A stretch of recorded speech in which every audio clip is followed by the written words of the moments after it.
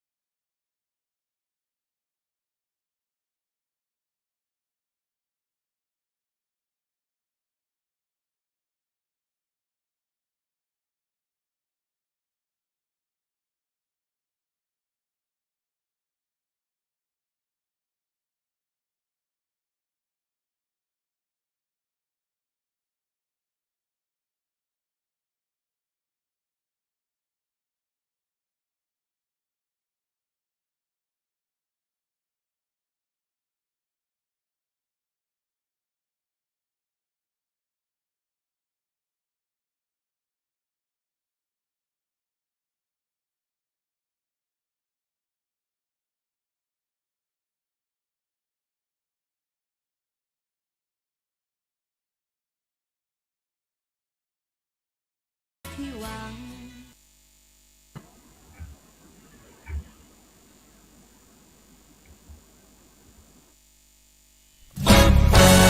ทำเป็นทีมสถานีธรรมะออนไลน์ขอเชิญติดตามชมรายการธรรมะสากัจฉาสนทนาธรรมตามการคุยทุกเรื่องทุกประเด็นเติมธรรมะให้หัวใจเติมอาหารใจเติมพลังใจให้ตนเองเป็นประจำทุกวันเวลา 20 นาฬิกาเป็นต้นไปโปรดกดปุ่มติดตามและกด Subscribe เมื่อทำเป็นทีมมาเราจะได้พบกันเพื่อรับฟังสารธรรมข้อคิดดีๆมากมายรับบุญง่ายๆด้วยการกดแชร์เผยแพร่เป็นธรรมทานสัพพะทานังธรรมทานังชินาติการให้ธรรมะย่อมชนะการให้ทั้งปวงหนึ่งแชร์หนึ่งบุญมีค่าเท่ากับเผยแผ่ธรรมะให้กว้างไกลแชร์ไปมากยิ่งได้บุญมากเป็นการหมู่บ้านสินห้าคือเป็นพันธะ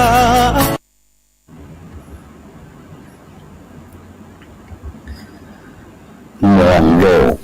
ด้านดีมีผลหันคนอื่นดีมีกล้าปลูกใจให้เกิดศรัทธาตั้งหน้าทำดีมีคุณมองโลกด้านร้ายไกลกลับใจหับแต่เรื่องเครื่องคุณเหนื่อยหน่ายเลิกล้างทางบุญชีพบุญแท้แน่เอ่ยขอกราบธรรมสวัสดีครับบรรดาท่านผู้ฟังแล้วก็ท่านผู้ชมทุกท่านที่กำลังติดตามรับฟังจ้องทำเป็นทีมทีวีออนไลน์กลุ่มพระสงฆ์อุบาสกอุบาสิการ่วมกันเผยแผ่ธรรมะออนไลน์ไลฟ์สดทั้งทา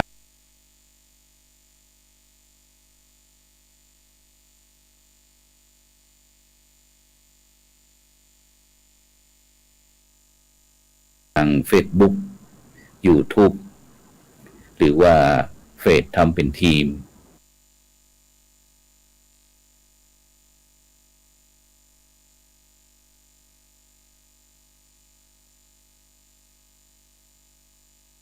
เฟซ IDTO ทำเป็นทีมสากลแล้วก็สถานีวิทยุ FM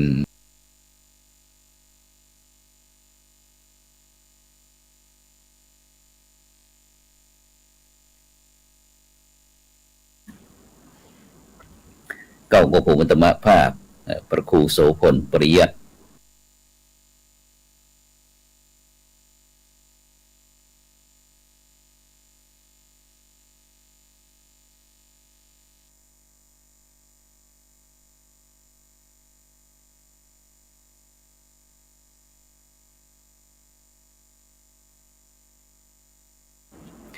ซึ่งก็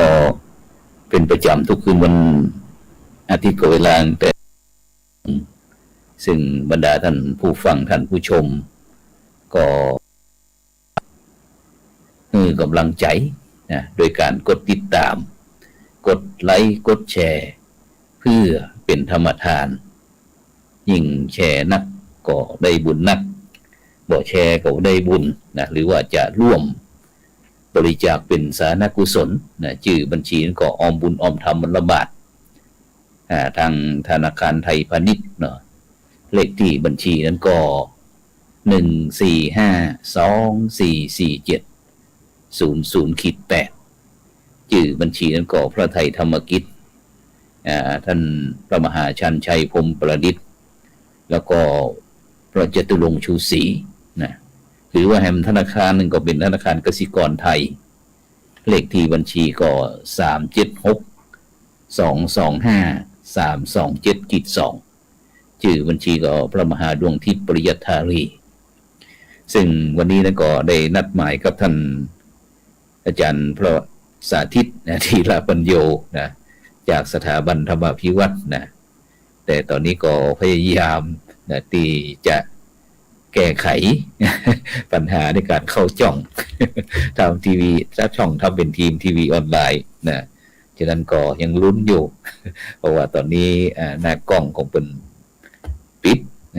แก้ไขบ่ได้กันเตี้ยเดือดสกรรมก็น่าจะนะตั้งช่างเทคนิคคืนวันเสาร์ก็ได้อู้เรื่องเกี่ยวกับเรื่องการใจสื่อใจสื่อในการที่เผยแพร่ซึ่งก็หลายท่านหลายคนก็บอกว่าตึงเป็นตึงบวกขั้นเป็นตึงลบก็ถูกต้องนะฉะนั้นก็อยู่ที่ว่าคนมาใหม่เขาเนี่ยจะใจในคือมันเป็นโทษหรือว่าเป็นคุณนะเพราะฉะนั้นเนี่ยบรรดาท่านผู้ฟังทั้งหลายนะซึ่งวันนี้ก็ยังฟ้าฝนก็ยังยุดอยู่เนาะวันนี้ทางเชียงใหม่ของเขาเนี่ยยังบ่ได้ตกเตือนะแต่ที่ตกก็คือน่าจะเป็นทางเชียงรายนะเพราะว่าเชียงรายนี่ตั้งแต่อำเภอแม่สายปุณณตั้งแต่เชียงตุงมาบรรดาท่านผู้ฟังทั้งหลายน้ำปีนี้แต่คืนนี้ท่านอาจารย์พระมหาดวงทิพย์นะเพิ่นก็ได้อู้มกันว่าน้ำบ่เคยมีกันเตียน้ำท่วมที่เชียงตุงเพราะว่าหมู่หลานจากประเทศจีนได้เข้ากระทบเข้ามาถึงที่เชียงรายกำลังจะฟื้น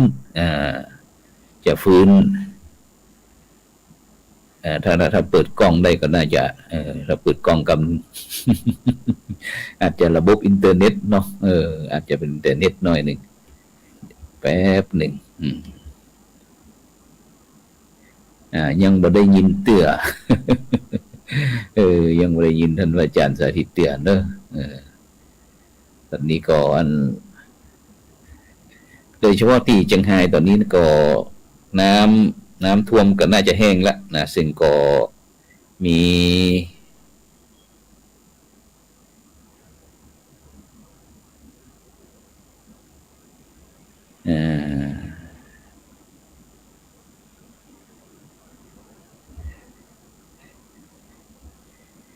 อันตั้งคณะสงฆ์นะ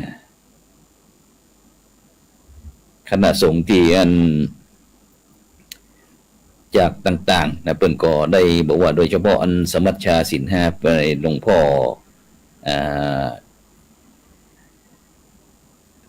แดง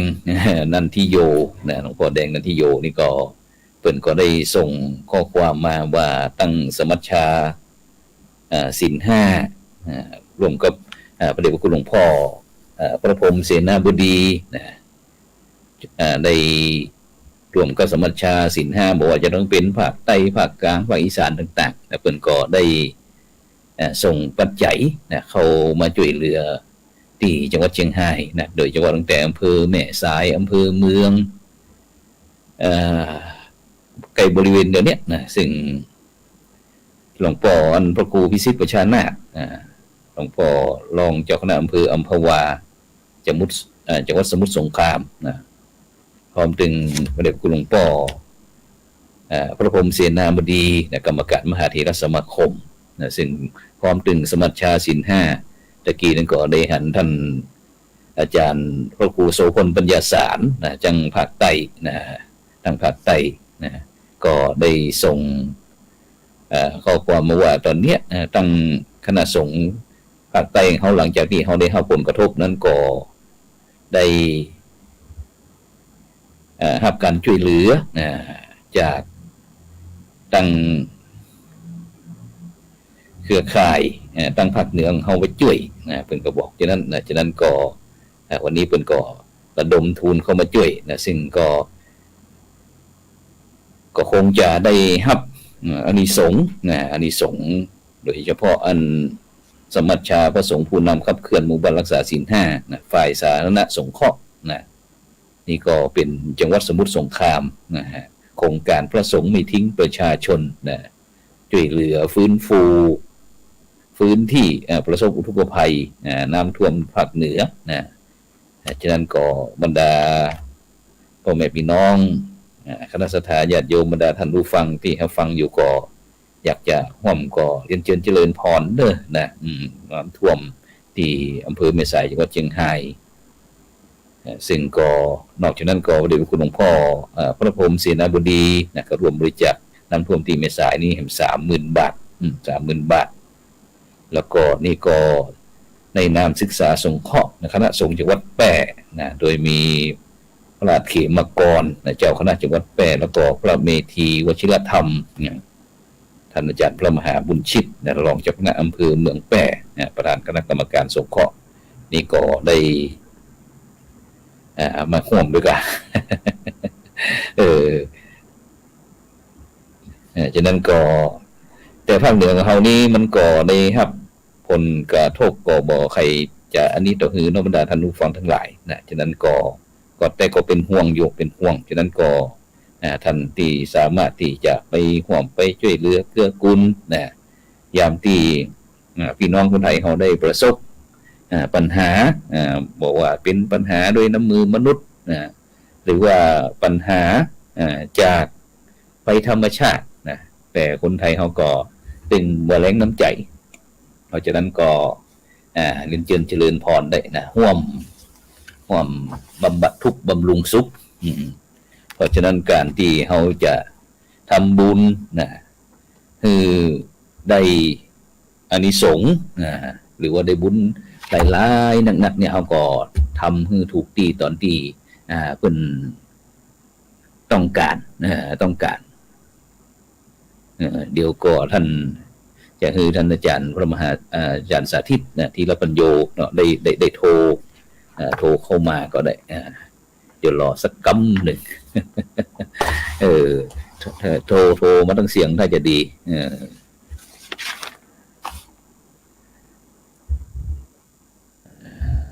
ดังนั้นก็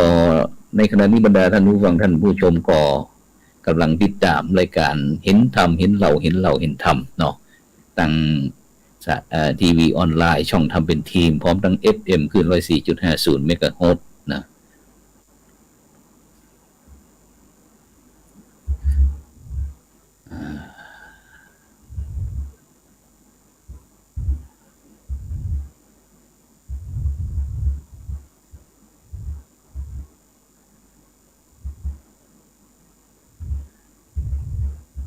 เดี๋ยวขอแก้ระบบกันเด้อบรรดาท่านผู้ฟังเดี๋ยวรอพระอาจารย์บุษกรรมเพราะว่ามีงานสำคัญพอดีก็ในวันที่17นี่ก็ตั้งสถาบันธรรมาภิที่พักสงฆ์สถาบันธรรมาภิวัตรก็จะมีงานตอนนี้เข้ามาแล้วครับนมัสการครับผมครับนมัสการครับครับผมได้ยินนะครับตุลงครับได้ยินครับผมได้ยินชัดเจน ต้องกราบขออภัยครับตุลงแล้วก็ญาติโยมสาธุชนท่านผู้ฟังทุกคนทุกท่านนะพอดีว่าวันนี้ระบบของอินเทอร์เน็ตนะฮะแล้วก็เครื่องโน้ตบุ๊กตัวมันมีปัญหาก็เลยมาได้เห็นภาพนะได้มาเสียงนะฮะต้องกราบถวายความเคารพท่านอาจารย์พระครูโสพลปริยัติแล้วก็ครูบาอาจารย์พระเถรานุเถระครูบาสังฆะที่เคารพอย่างสุขทุกรูปตัวเองนะครับครับผมครับนมัสการเช่นเดียวกันครับซึ่งวันนี้เป็นจะได้ฟ้องวันนี้ใช้เสียงตามสายด้วยบรรดาท่านผู้ฟังทั้งหลายพอดีคัดข้องทางเทคนิคที่ สถาบันธรรมาภิวัตน์ตำบลซบปาดอำเภอแม่เมาะจังหวัดลำปางจังหวัดลำปางของเราติดขัดเรื่องปัญหาสักหน่อยหนึ่งนะฉะนั้นก็อาจจะมีปัญหาลมฟ้าอากาศนะครับฉะนั้นก่อนนิมนต์ท่านอาจารย์สาธิตครับวันนี้ปฏิบัติศาสนากิจตั้งใดเอ่ยวันนี้ครับผมเพิ่งกลับจากการไปนำครูบาอาจารย์มหาวิทยาลัยเชียงใหม่เปิ้นปฏิบัติธรรมมาครับอาจารย์ครับผมครับครับผมปกติเนี่ยในช่วงวันแม่นะครับประมาณ14ประมาณสัก3 คืน 4 วันครับผมมหาวิทยาลัยเชียงใหม่เนี่ยเปิ้นจัดปฏิบัติธรรมบุคลากรครับเจ้าหน้าที่นักศึกษาในมหาวิทยาลัยได้มาปฏิบัติจริงปฏิบัติธรรมโดยเฉพาะการปฏิบัติวิปัสสนากรรมฐานตามแนวสติปัฏฐาน4ครับครับผมก็โครงการนี้เนี่ยเริ่มต้นมาตอนนี้เป็นปีที่20แล้วนะครับอาจารย์20 ปีแล้วครับกำเดียวได้เนาะ20 ปีแล้วเนาะใช่ครับเริ่มต้นที่วัดร่ำเปิงครับอาจารย์ครับครั้งแรกครูบาอาจารย์ของมหาวิทยาลัยเชียงใหม่เนี่ยเปิ้นไปปฏิบัติธรรมที่วัดร่ำเปิงแต่เนื่องด้วยว่าวัดร่ำเปิงเนี่ยผู้คนศรัทธาก็หลั่งไหลไปปฏิบัติธรรมกันนักตลายครับก็เลยทำให้ครูบาอาจารย์เปิ้นบอกค่อยได้เต็มที่กับการได้ปฏิบัติครับผมทีนี้มาปรึกษาหารือกันว่าเขาจะเนี่ยอย่างใดดีมีสถานที่ไหนห้องที่มันเหมาะสำหรับการปฏิบัติจริงปฏิบัติธรรมอย่างนี้นะฮะก็มองไปที่ศูนย์ปฏิบัติธรรมนานาชาติของมหาวิทยาลัยมหาจุฬาลงกรณราชวิทยาลัยวิเศษเชียงใหม่วัดสะดอนครับผมก็หันว่าที่บ้านศรีวังทานตำบลป่าไผ่ครับเหมาะมากที่อยู่ใกล้ๆกับมหาวิทยาลัยแม่โจ้ครับเหมาะสำหรับการปฏิบัติธรรมซึ่งณเวลานั้นเนี่ยพ่อครูสมบูรณ์กันทปาอาจารย์ครับกับแม่ครูบุญชมเนาะครับเปิ้นไปสร้างไปแปลงสำนักปฏิบัติธรรมครับผมก็เลยมองว่าอย่างนั้นมันก็เหมาะกับการที่เราจะไปปฏิบัติกันที่หั่นก็เลยย้ายที่ปฏิบัติจากวัดร่ำเปิงไปที่สำนักปฏิบัติธรรมนานาชาติที่ป่าไผ่ศรีวังทานครับอำเภอสันทรายทีนี้ผมก็ตอนนั้นเป็นพระที่อุปถัมภ์อุปถากอาจารย์เจ้าคุณพ่อภาวนาธรรมวิรัติวัดร่ำเปิงตะโพธารามก็เวลาเปิ้นไปไหนเนี่ยไปเปิดที่ไหนผมก็ไปโดยกับเปิ้นไปอุปถัมภ์อุปถากเปิ้นล่าตำล่าเนี่ยเปิ้นก็ล่าผมอยู่ปฏิบัติอาจารย์เจ้าคุณเปิ้นไปเปิดอาจารย์ครับครับผมเปิ้นไปเปิดการปฏิบัติธรรมเสร็จเรียบร้อยแล้วปุ๊บด้วยความที่วัดเปิ้นเนี่ยมีภาระเปิ้นต้องดูแลวัดดูแลนักปฏิบัติธรรมที่วัดร่ำเปิงเนี่ยเปิ้นก็กัดละผมนั้นเป็นมือรองอยู่ที่หั่นนะครับปฏิบัติเก่งปฏิบัติธรรมกันไปปีหลังๆเนี่ยด้วยความที่ท่านอาจารย์เจ้าคุณเปิ้นมีศาสนกิจนักตามมหาวิทยาลัยเชียงใหม่ก็เลยบ่รบกวนเปิ้นละก็เอาผมไปนำปฏิบัติตั้งแต่วันนั้นจนถึงวันนี้เกือบ20 ปีอาจารย์ครับครูบาอาจารย์ที่ไปปฏิบัติธรรมเนี่ยเป็นการปฏิบัติเพื่อที่จะได้เรียนรู้หลักการของพระพุทธศาสนาแล้วก็เอามาใช้ในชีวิตประจำวันครับเพราะว่าเปิ้นเป็นคนทำงานอยู่ในแวดวงการศึกษาถ้าหากว่าบ่มีธรรมะไปใช้ในชีวิตประจำวันเนี่ยปฏิสัมพันธ์ในสายงานเนี่ยมันก็จะวุ่นวายหลายเรื่องหลายอย่างทำให้คนในสายงานนี่ก็เกิดความเครียดขึ้นมาครับผมมีหลายท่านที่เป็นโรคซึมเศร้าอาจารย์ครับเป็นโรคอื่นๆหลายเรื่องหลายอย่างเพราะการทำงานครับแต่เดี๋ยวนี้คนทำงานทุกคนเนี่ยมักจะอู้กันว่างานมันนักนะกับการทำงานครับมันนักกับคนแม่นมันนักกับคนคนนี่มันยุ่งมันหลายเรื่องซึ่งผมก็บอกว่าเราจะนัดกับคนอยู่3จำพวกจำพวกแรกเนี่ยเป็นคนที่สูงกว่าเราก็คือเจ้านายครับผมจำพวกที่2เป็นคนที่เสมอกันกับเราก็คือเพื่อนฝูงที่ทำงานในฐานะเดียวกันครับแล้วก็อันนั้นคือเป็นคนที่ต่ำกว่าก็คือลูกน้องเขาจะ ปวดหัวกับคนสามจำพวกนี้ครับ มันก็แต่พระอาจารย์ครับ ปวดจะได้ปวดจะได้ ก็มันมาได้ดังใจเนาะ อ๋อ มันอันหนึ่งก็คือ มันเป็นเรื่องของการเลื่อยขาเก้าอี้เนาะ โอ้ค มั รับผม หลายเรื่องหลายอย่างในการทำงานนะครับเพื่อปวดหัวนะฮะทีนี้เปิ้ลก็เล็งเห็นว่าถ้าหากว่าเอามาปฏิบัติธรรมแล้วเนี่ยมันคงจะดีขึ้น แต่ว่าก่อนที่จะมาปฏิบัติเนี่ยเปิ้ลได้ทำวิจัยไว้ก่อน ครับ ว่าผลมันจะเป็นอย่างไรอย่างเงี้ยนะฮะ ครับผม ก็ปรากฏว่าได้ผลดี เพราะว่าบริษัทปตทก็ดี ครับ บริษัทSCG คือปูนซีเมนต์ไทยก็ดีเนี่ย ครับ เปิ้ลเอาพนักงานของเปิ้ลเนี่ยไปปฏิบัติที่วัดร่ำเปิงพระอาจารย์ ครับผม เสร็จแล้วการทำงานมีประสิทธิภาพมากขึ้นครับ ครับผม ครับตกบกพร่องน้อยลง ครับ เพราะว่าเปิ้ลมีสติมากขึ้น อ๋อครับ ตายบปเนี่ยปฏิสัมพันธ์ของคนในสายงานเดียวกันเนี่ย ครับ มีความเปิ้ลว่าคุณภาพมากขึ้นแทนที่จะมาปะทะกัน ครับ แทนที่จะแบ่งปักแบ่งฝ่ายหมู่สุมาเตอร์ท่านผู้ฟังหมู่ฮาหมู่คิงเนี่ยเนาะ ครับ อันนี้บัจเจของหมู่ฮาอันนี้เป็นหมู่ของคิงเนี่ย ก็กลายเป็นรวมกันเป็นพลังที่ทำให้องค์กรนั้นมันขับเคลื่อนไปทั้งหน้าได้ ครับผม ตลอดระยะเวลา20 ปีเนี่ยผมก็ได้ไปนำอาจารย์นักศึกษาบุคลากรของมหาวิทยาลัยเชียงใหม่เพื่อนเดินจงกรมนั่งสมาธิ ครับ กราบสติปัฏฐานสี่แล้วก็ฟังธรรมะบรรยายสลับซับเปลี่ยนกันอย่างนี้นะฮะก็มีท่านอาจารย์รองศาสตราจารย์ดร.วิโรจน์อินทนนท์ ครับ อาจารย์ใหญ่ของเราเนี่ยเพิ่นก็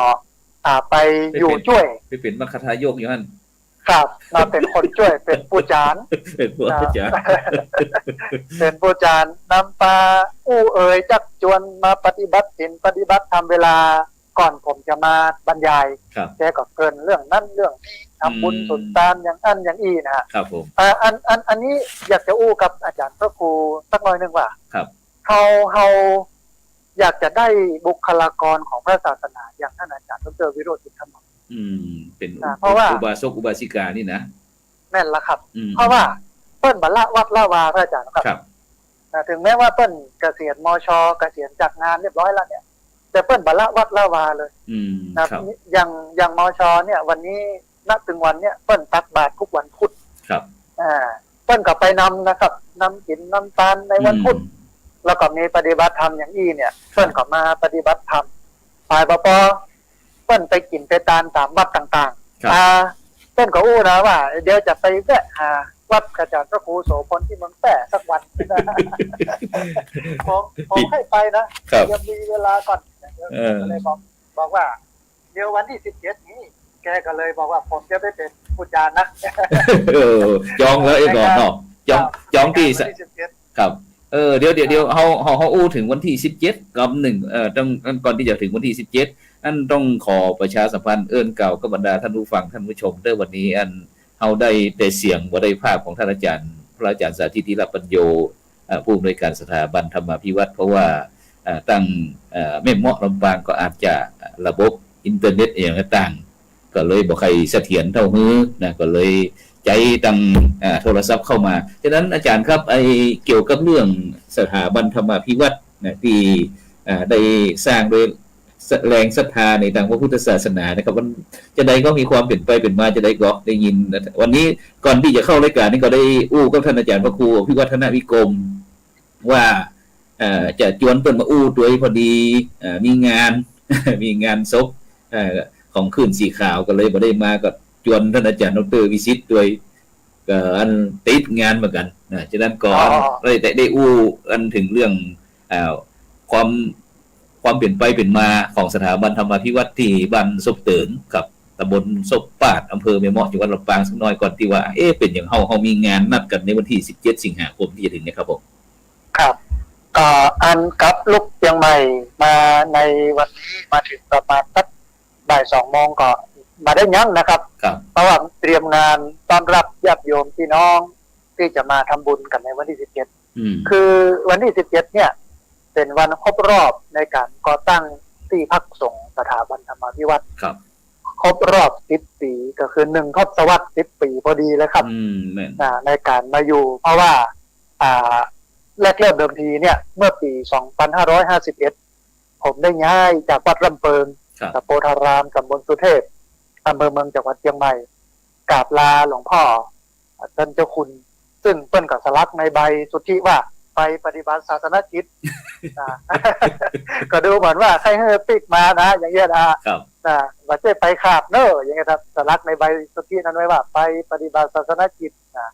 ก็มาอยู่ที่ลำปางเมื่อปี 51 ที่มาเนี่ยเพราะว่าตอนนั้นผมเรียนหนังสือก็จบปริญญาโทแล้ว แล้วก็ได้ห้ามเรียนเรื่องต่างๆ โดยเฉพาะพระพุทธศาสนากับวัดลำเปิงการอบรมอย่างเนี้ยก็พอที่จะสามารถจะนำพาพี่น้องชาวบ้านปฏิบัติได้แล้วก็เคยขึ้นกอยอย่างนี้ครับว่าเขาน่าจะไปเนี่ยที่บ้านคนในบ้านนอกคอกนาเนี่ยซึ่งบ้านศพเตินนี่เป็นบ้านนอกคอกนาอยู่ไก่สักน้อยนึงเนี่ยคือเป็นได้สัมผัสได้เรียนรู้ได้ศึกษาธรรมะของพระพุทธเจ้าอย่างอีเพราะว่าเขาบ่ได้หันคนถ้าอู้กันง่ายก็คือคนรากหญ้าพระอาจารย์ครับแมนครับเปิ้นจะมาเดินจงกรมมานั่งสมาธิเนี่ยมันยากมากเพราะว่าต้องโซว่าหากินนะครับแต่ว่าบางแห่งมุมนึงก็คือก็มันบ่มีสำนักปฏิบัติธรรมอย่างอีเปิ้นก็เลยบ่มีโอกาสแต่อย่างน้อยครับเปิ้นมาปฏิบัติวันพระวันศีลก็ยังดีบ่ทั้งวันก็ยังดีเนาะก็เลยกึดกอยว่าเขาย้ายไปที่จังหวัดลำปางไปนำศรัทธาญาติโยมที่อยู่จังหวัดลำปางเนี่ยปฏิบัติศีลปฏิบัติธรรมโดยเฉพาะวิปัสสนากรรมฐานตามแนวสติปัฏฐาน4ย้ายมาปี51มาอยู่ที่วัดศพเตินก็ชวนญาติโยมมาปฏิบัติธรรมครับแล้วก็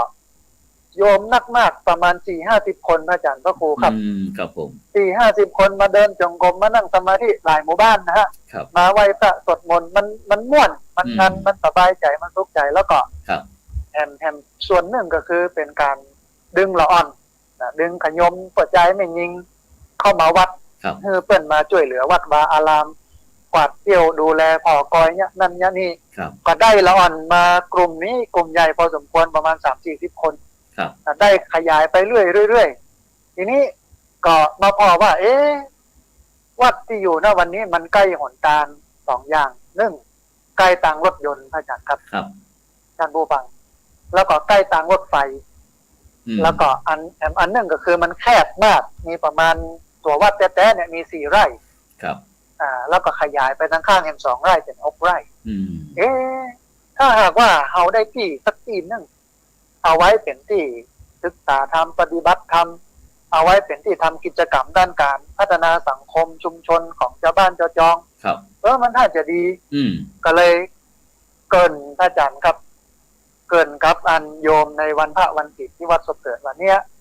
พระอาจารย์ต้องการที่มันเหมาะสำหรับการทำเป็นที่ปฏิบัติศีลปฏิบัติธรรม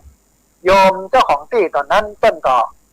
ลูกของเปิ้ลเนี่ยครับลูกสาว2 คนเนี่ยเปิ้ลมาเป็นสมาชิกของเครือข่ายเยาวชนมาทำกิจกรรมกับเฮาเปิ้ลก็เลยบอกว่าโยมมีที่อยู่หั่นประมาณหลายไร่นะถ้าอาจารย์ลองไปพอกอยหรอกถ้ามันเหมาะสมก็เอาแหละนี่นะครับก็เลยขึ้นมาดูครับขึ้นมาดูตอนนั้นมันเป็นป่าข้าวโพดส่วนหนึ่งแล้วก็เป็นป่าไผ่ค่อนข้างที่จะรกรุงรังพระอาจารย์ครับก็มาแหกก็คือตัดกดเมื่อคืนเนาะ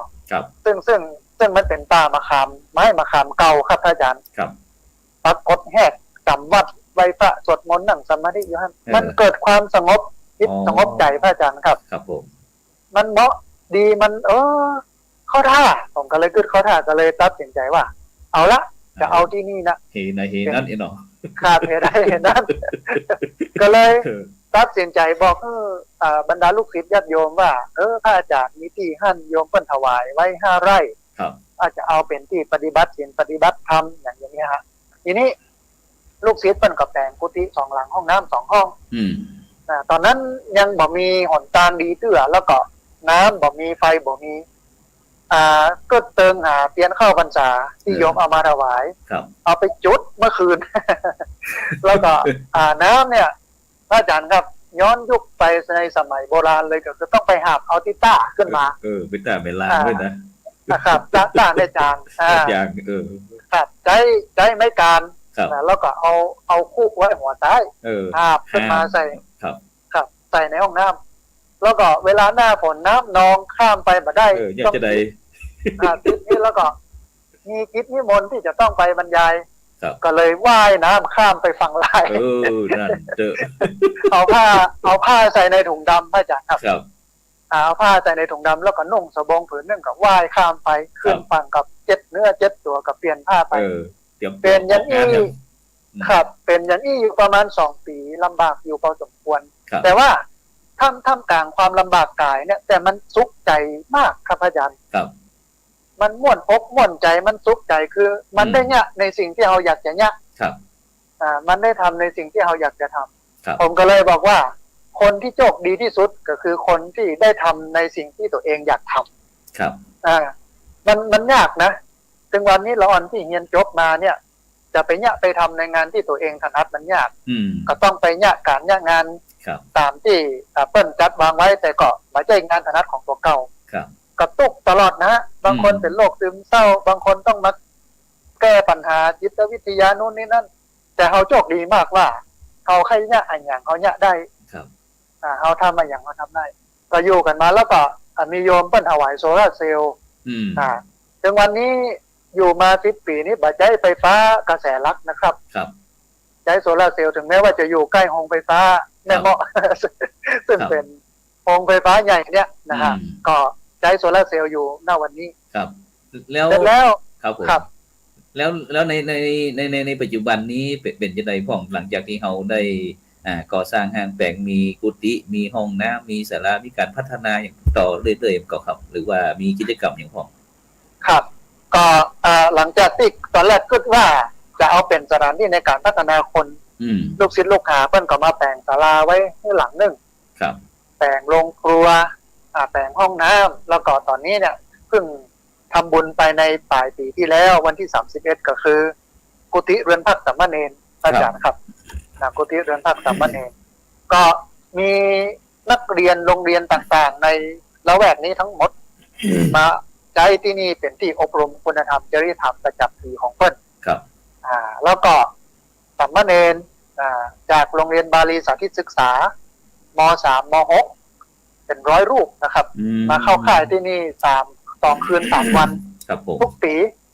มาเข้าค่ายปฏิบัติธรรมที่นี่ทุกปีเป็นร้อยรูปนะครับ ครับ รวมไปจนถึง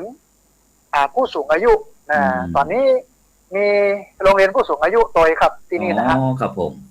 ผู้สูงอายุก็มาเรียนแต่ว่าไม่ได้เรียนเหมือนนักเรียนทั่วไปแต่เรียนเรื่องของศิลปะวัฒนธรรมเรื่องจารีตที่ทอยเรื่องจักสารแต่งยามองแต่งตุงอย่างพวกนี้ครับแล้วก็ธรรมะนันทนาการนี่เนาะใช่ครับใช่แล้วก็จะมีนักปฏิบัติธรรมจากที่ต่างๆมาปฏิบัติประมาณ5 คน10 คน20 คนครับผมตลอดจนถึงนักศึกษามหาวิทยาลัยเชียงใหม่ประมาณ30-40 คนเนี่ยทยอยกันมาอย่างนี้อยู่ตลอดเวลาพระอาจารย์ครับมาเรื่อยๆแล้วก็หลังๆนี้รู้สึกว่าโอ้มันแคบแล้วเฮ้ย5 ไร่เนี่ยจะได้แหม ก็เลยอู้กับโยมว่าโยมถ้าได้แหมสัก5 ไร่นี่มันจะเหมาะนะโยมเปิ้ลก็เลยถวายแหม5 ไร่โอเคเดี๋ยวทันทีเลยเป็น10 ไร่ครับก็10 ไร่เนี่ยเป็นของวัดเป็นวัดเป็นวาอย่างเรียบร้อยเป็นที่พักสงฆ์เรียบร้อยแล้วเนี่ยครับผมก็เกิดกอยว่าเขาจะเนี่ยอย่างใดดึงคนในหมู่บ้านเข้ามาทำกิจกรรมเขาจะเชื่อมปน้องว่าเปิ้ลเขาจะเชื่อมกับชาวบ้านอย่างใดก็เลยตัดสินใจเจ้าที่ของโยมด้านหลังปลูกพัดครับแล้วก็พอดีว่าผมนี่เป็นคนที่มีบุญโยมพ่อโยมแม่มาอยู่ตัวนี้หมดสาธุ ครับมาอยู่ตัวแล้วก็แกก็ปลูกพัดปลูกไม้ไปอย่างไปเอาไปเอามากลายเป็นว่าโอ้คนมาลูกซื้อพระอาจารย์ครับมาจูดีวัดเลยครับชันมันเหลือเพราะว่ามันนักแจกห้องขายห้องกินห้องครับผมครับแล้วก็คนมาซื้อนักก็เลยตัดสินใจว่าเอาละขยายที่ไปแหม15 ไร่ปูกับโยมไว้โยมก็ทำบุญมาได้ตอนนี้เป็น25 ไร่พระอาจารย์ครับสาธุด้านหลังเนี่ยประมาณ10 ไร่เนี่ย15 ไร่เนี่ยแต่งกุฏิเรือนพักสามเณรให้กับเณรโรงเรียนวัดสวนดอกที่มาเรียนวิทยาลัย เทคนิคกปปไม่เห อ๋อ มาะ จะได้ครับมันเป็นโครงการจะได้ครับลองขอฟังสักหน่อยหนึ่ง ต้นร้องว่าหลักสูตรทวิศึกษาครับอาจารย์ ค ค รั รั บบ ผมจะได้ครับทวีศึกษาจะ ท ได้ วิศึกษาเนี่ยก็คือเรียน2อย่าง อืม นะคือเรียนมัธยมไปตัว ครับ นะม.4 ม.5 ม.6 แล้วก็อันหนึ่งก็คือเรียนสายช่างก็คือปวช1ครับ ปวช2ปวช3ควบคู่หรือควบกันไปนะ สามเณรโรงเรียนบาลีสาธิตศึกษาวัดสวนดอก ครับ ก็นั่งรถไฟครับอาจารย์ อ๋ออยู่หน้าสถานีรถไฟเนาะ ครับนั่งรถไฟมาลงสถานีรถไฟแม่จาง ในบรรยากาศจะดี หลังจากนั้นก็เตียวขึ้นมาที่วัด โอ้ อยู่ที่วัดพักอาศัยที่วัดแล้วก็แม่เจ้า7 โมงเจ้าเนี่ยรถของวิทยาลัยเทคนิคการไฟฟ้า ครับ ก็มาฮับไปเรียนหนังสือแม่แรงก็มาส่งอยู่นี่ประมาณ15 วันพระอาจารย์ครับ โอ้สาธุแล้วอยู่กินหรือว่ารับนอนจะได้ฉันจะได้ ฉันเนี่ยผมดูแลอาหารเจ้า แล้วก่อนน้ำปานะก่อนเย็น ส่วนอาหารกลางวันเนี่ยไปฉันที่โรงเรียนก็ญาติโยมทั่วไปมาทำบุญอันหนึ่งที่เรามีต้นทุนก็คือพัดเขานัด อ๋อมีพักสวนครัวอยู่ ครับปลูกอะไรยังกันพัดคั่วกันไปต้มแกงกันไปนะฮะแล้วก็แม่แรงเบื้องก็มาส่งอย่างเงี้ย15 วันหลังจากนั้นก็ไปเรียนม.4 ม.5 ม.6 ต่อที่วัดสวนดอกเป็นไปอย่างเงี้ยฮะตอนนี้เป็นที่น่ายินดีว่าสามเณรที่มาเรียนรุ่นที่1จบแล้วนะครับได้รับวุฒิ2 ใบก็คือวุฒิม.6 โดยแล้วก็วุฒิปวชช่างยนต์ครับช่างยนต์ผมเคยปาท่านอาจารย์เจ้าคุณพระเทพเวทีสมัยที่เปิ้นมาประชุมที่อำเภอแม่เมาะซึ่งสมัยนั้นท่านอาจารย์พระครูโสพลประยัติได้เป็นพิธีกรประชุมกันที่นั่นครับแล้วก็นิมนต์หลวงพ่อพระเทพเวทีมาหลังจากนั้นก็เปิ้นสนใจเราให้เปิ้นฟังเปิ้นก็สนใจไหนไปพอก่อนเหรอนะฮะก็เลยปาเปิ้นไปพอปาเพราะว่าเปิ้นครับเปิ้นชอบใจพระอาจารย์ครับเปิ้นว่าดีแต่ว่าจะไปประเจิดแล้วไปเนอะเป็นห่วงครับเป็นห่วงแต่น่าเสียดายพระอาจารย์ว่าระยะหลังเนี่ยมันมีคำสั่งมหาเถรสมาคมว่าออกมาว่าบ่ให้พระเนนไปเรียนเหมือนทางโลกครูบาอาจารย์เพิ่นก็เลยเสียดายจบไปละแต่ว่ารุ่นที่2นี่เรียนช่างไฟพระอาจารย์ครับผมก็จบประคับประคองให้จบหลังตอนนี้ใกล้จะจบแล้วครับครับผมช่างไฟมาเรียนกันอย่างเงี้ยฮะแล้วก็บ่มีกุฏินอนตอนนั้นนอนจำวัดกันที่ศาลาฝนตกกระซาดเข้าไปครับเวลามีกิจกรรมก็ย้ายเก็บของมาไว้ในห้องไม่แล้วก็เลยท่านอาจารย์พระครูอภิวัฒนวิกรมเปิ้นก็หันแล้วก็มันลำบากเนาะก็เลยตัดสินใจตาญาติโยมพี่น้องที่ฟังสถานีวิทยุขึ้นสีขาวครับมาทอดกฐินในปีนั้นเมื่อ 3-4 ปีก่อนเนี่ยทอดกฐินก็ได้ปัจจัยส่วนหนึ่งแล้วก็พระป่าแห่งวัน1-2 วันฮะกฐินวัน1พระป่าวัน1เสร็จแล้วก็แปลงศาลาหลังนี้เพื่อเน้นไปพัก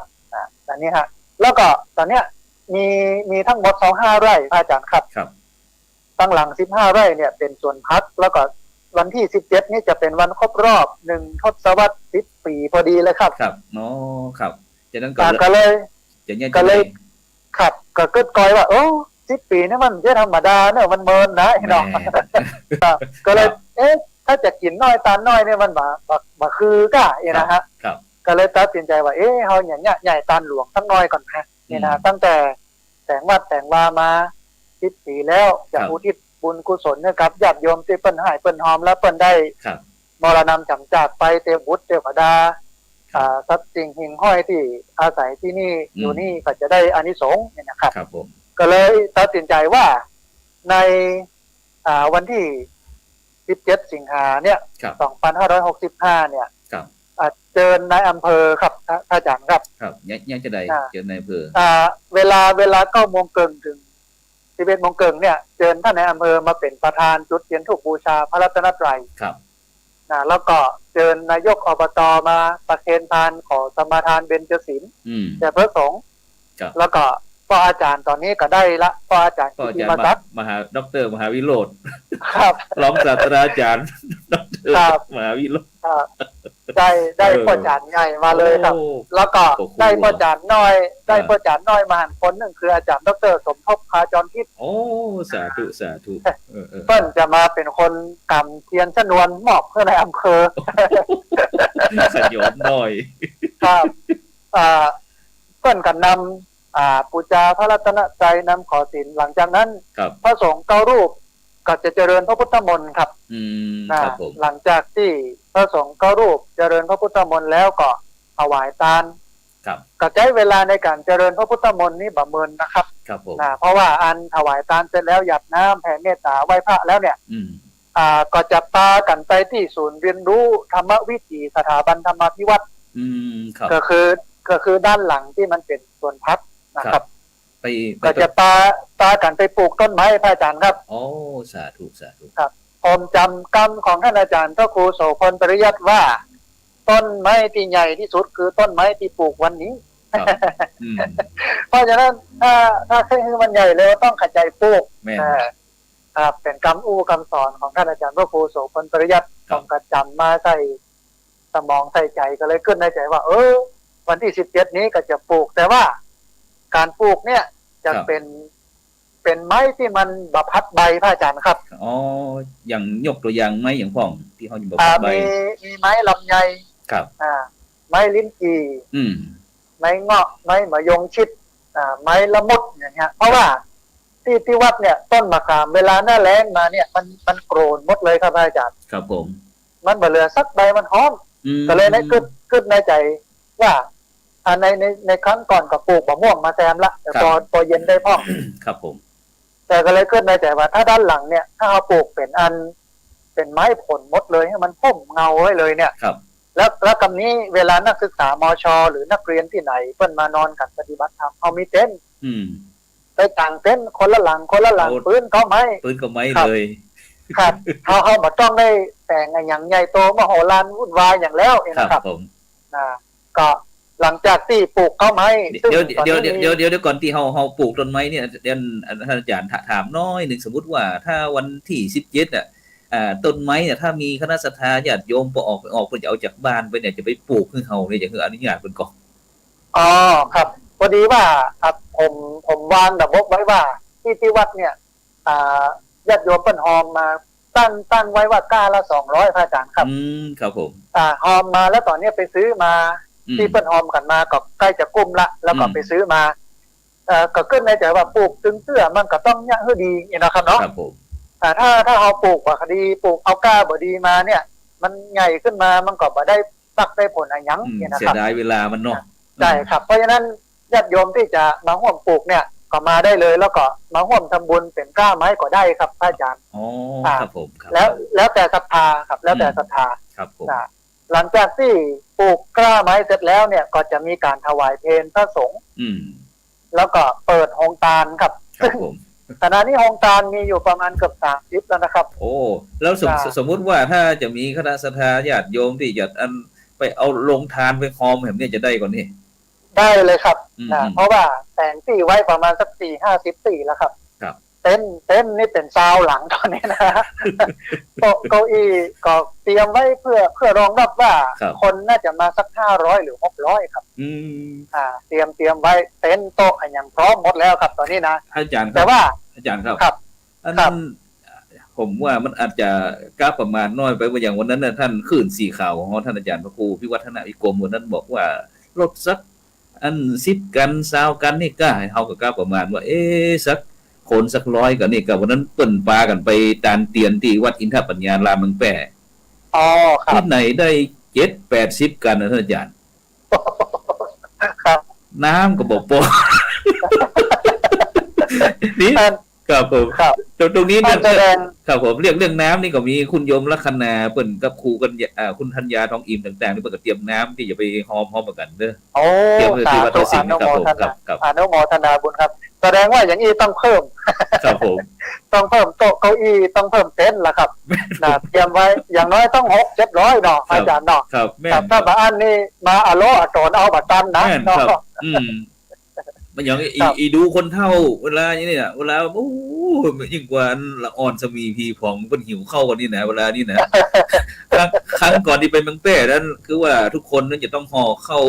ไปกินกันอันไปรับประทานกันเองไอ้เนาะเสร็จแล้วก็ถวายเตียนบางพ่องก็กินไปเจ้าไปอย่างหมด ไป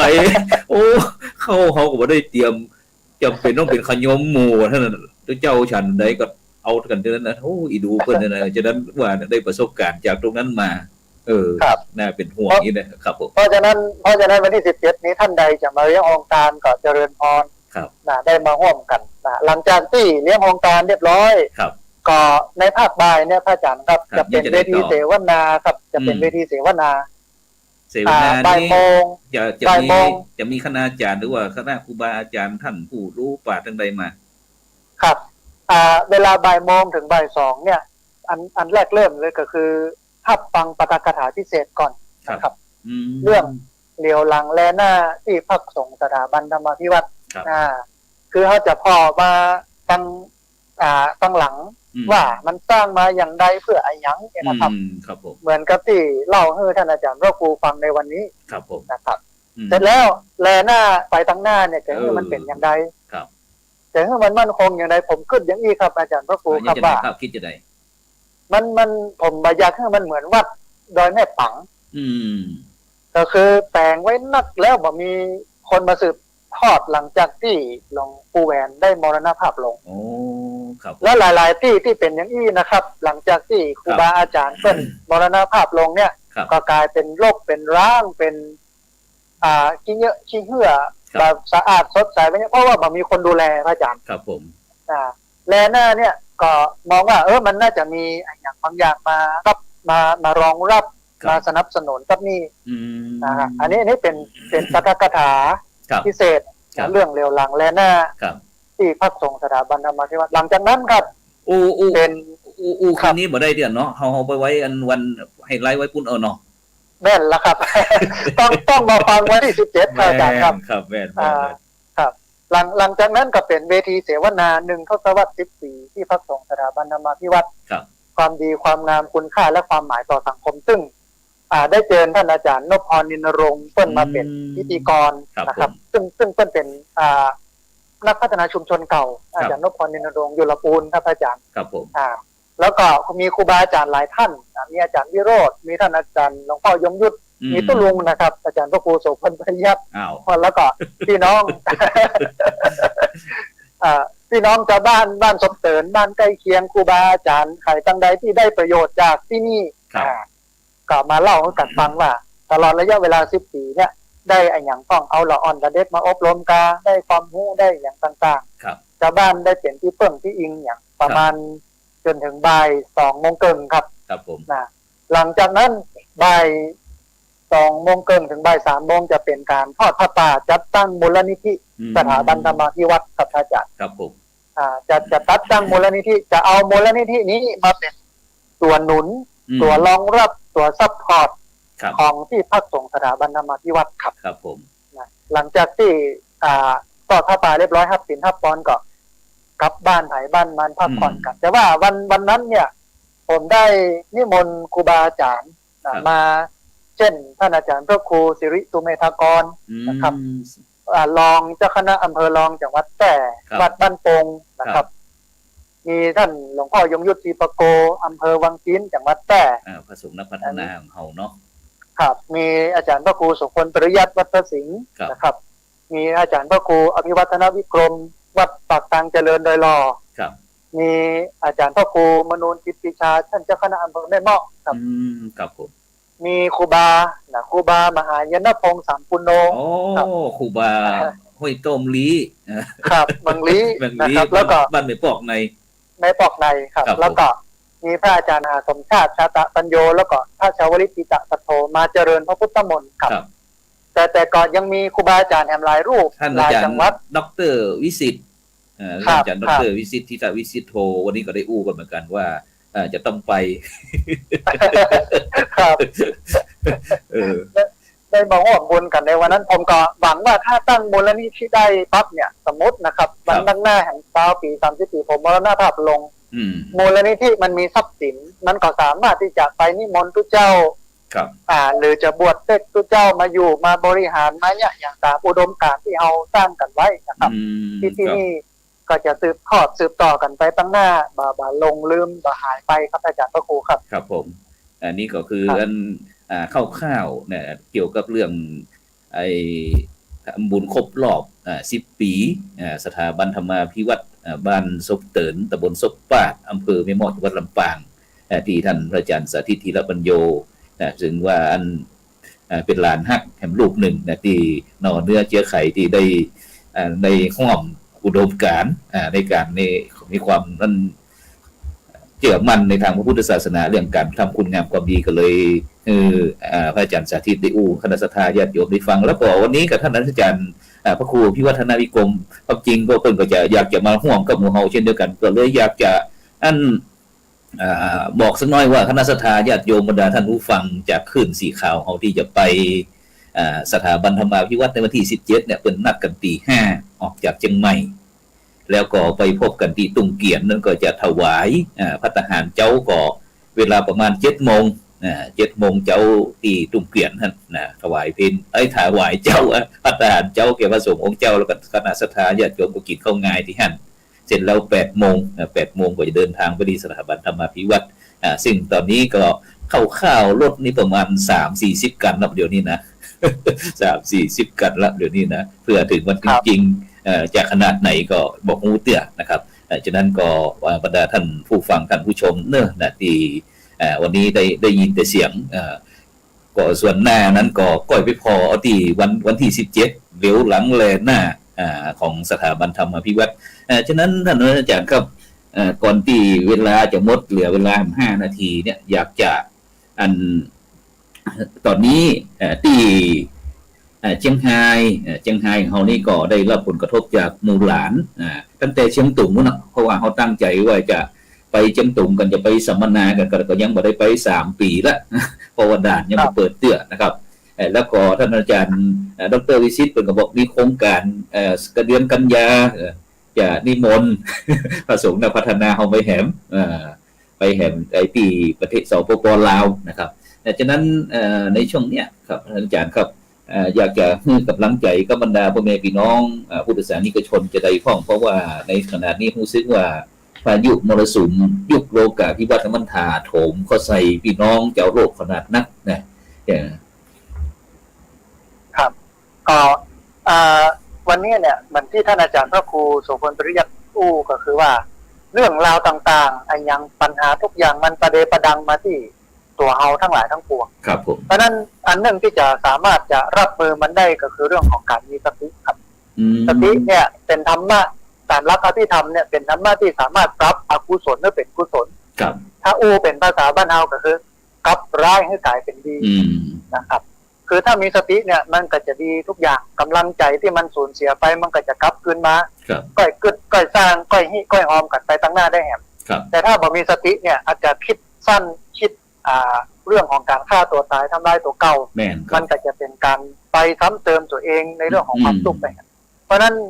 ศรัทธาสาธุชนทั้งหลายวันนี้ในโลกวันนี้เวลานี้ขณะเขาจำเป็นต้องใช้สติในการดำเนินชีวิตเอาสติมาเป็นฐานในการใช้ชีวิตชีวิตนั้นอยู่บนฐานของสติหลังจากนั้นเนี่ยสติจะเป็นตัวที่เกื้อกูลทุกอย่างมันเป็นไปได้ด้วยดี